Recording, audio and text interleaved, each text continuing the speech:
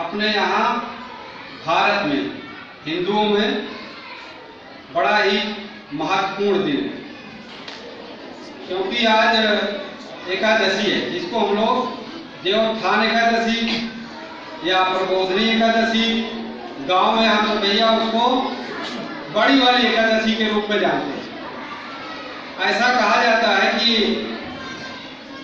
आज ही के दिन श्री हरि जो क्षीर सागर में 4 महीने सो रहे थे, आज जगे हैं। आज से अपने हिंदुओं में जो अच्छे कार्य होंगे शुरुआत है, शादी ब्याह अच्छे कार्य सब शुरू। तो इसके एकादशी व्रत का बहुत ही महत्व है, और उन्होंने कहा भी है कि मैं व्रतों में एकादशी व्रत हूं। ऐसी मान्यता है कि पौराणिक कथा है कि एक राजा थे, उनके राज में सब व्रत रहते थे।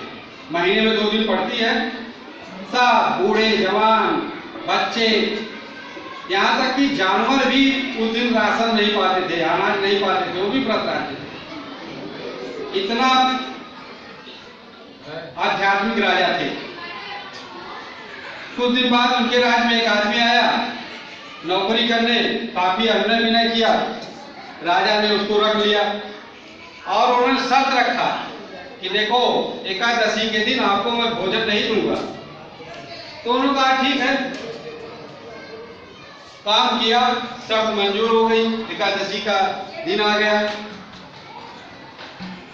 तो वो तो भाई पेट का था, बिना भोजन के उसके चलने वाला नहीं था।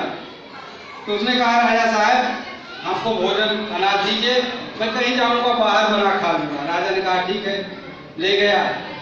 कहा जाता नदी किनारे गया, भोजन बनाया, लेकिन वो एक चीज का पक्का था, जब भी खाता था भगवान को जरूर भोग लगाता।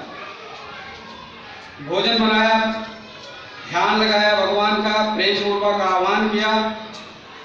उसके प्रेम को देखकर श्री हरि आ गए, विष्णु जी आ गए और उसके साथ बैठकर भोजन किया। फिर आया वो 15 दिन बाद, फिर वही आया, फिर राजा के पास गया। कहा राजा साहब इस बार आप हमको दुगना राशन दीजिए, क्योंकि एक हमको आप दिए, एक भगवान भी आते हैं। राजा सोचा ये कैसे हो सकता है, नहीं कहा नहीं विश्वास, चलो देख लो। वो गया, एक पेड़ के पीछे छुप गया, भोजन बनाया, दिन भर बैठा रहा, आह्वान करता रहा भगवान का कि आइए भोग लगाया जाए।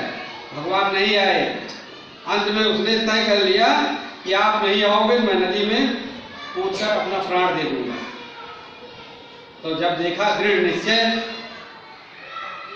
ईश्वर प्रकट हो गए और बैठकर उसके साथ भोग लगाए, भोजन किए। राजा देख रहे थे, वो दंग रह गए कि मैं इतने साल से, इतने दिनों से एकादशी व्रत रहता हूँ, इसके ईश्वर के दर्शन नहीं हुए। एक व्यक्ति जो है इतना इसको 2 दिन में 2 एकादशी में दिखाई पड़ गए। तो उसने कहा कि देखिए भगवान प्रेम के भूखे होते हैं। अगर हम कोई चीज प्रेम पूर्वक करेंगे तो निश्चित तौर पे उसका फल हमको मिलेगा। आडंबर से हम दूर रहें और प्रेम पूर्वक जो भी करें, श्रद्धा से करें, निश्चित तौर पे ईश्वर हमको मिल जाए।